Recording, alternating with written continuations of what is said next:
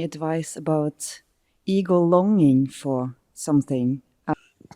Important thing is to become more comfortable with yourself and spending time with yourself. Now, in order to become more comfortable with that, you have to go more deeply into yourself, where what I sometimes call, occasionally, what I call the deep I, not this I, the first person singular I, the deep I as opposed to the surface I. The surface I is, of course, the egoic identity, the things that normally people refer to when they use the word I.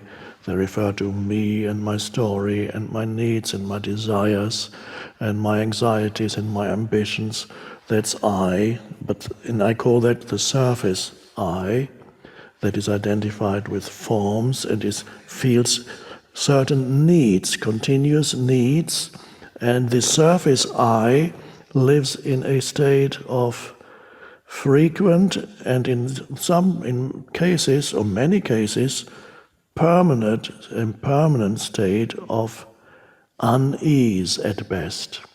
Unease, not completely satisfied. So there is an almost continuous sense of unease, and these are all symptoms of the surface I. And as long as you live on the surface I, then you can't get rid of these symptoms. They will remain. So the practice is exactly why you're here. This is the reason why you've come here.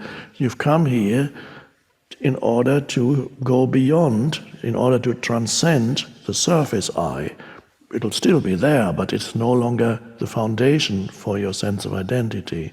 So you become still, and the mind subsides, and then you begin to, at first, just as little glimpses of presence of yourself, as experiencing yourself as an underlying presence, consciousness. You become aware that you are conscious or consciousness. And at first it seems to be insignificant. You have to give yourself a little bit more space, because space is exactly what you want, and allow yourself to go more deeply in. You already have it, but you need to be conscious that you have it, that you need to be conscious of the deep I. It's already there. You don't need to bring it to you. The solution to your so-called problem lies here, which means it's all about you, lies in you.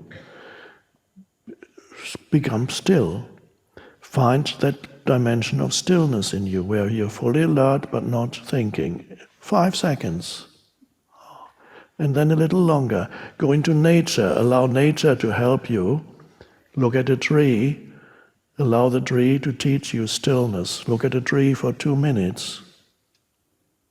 And you will notice the tree exists surrounded by stillness, and it's very still. And so that you tune into that. So you go into you look at the sky, the spaciousness. Because I love the spaciousness of the sky, because the moment you take that in, you become aware of spaciousness in you. The moment you look at the spaciousness of the sky, you're not thinking. You're just taking it all in, and then become aware of the presence that's taking it all in. You are that, and this presence, then you feel that more and more strongly in you, the still presence, and that is not a place that needs anything. And there you're at home then, at home with yourself. So the answer is in yourself.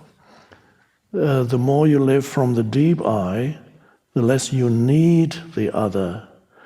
Then you can relate to the other no longer through your neediness, but through your aliveness, through your inner peace, and you can share that with the other, the things that you think you need. The irony of the universe is smiling, or God, and when you don't need, it comes. But if it had been a good psychic, he or she would have added, but you have to die first. You have to die to the illusory self,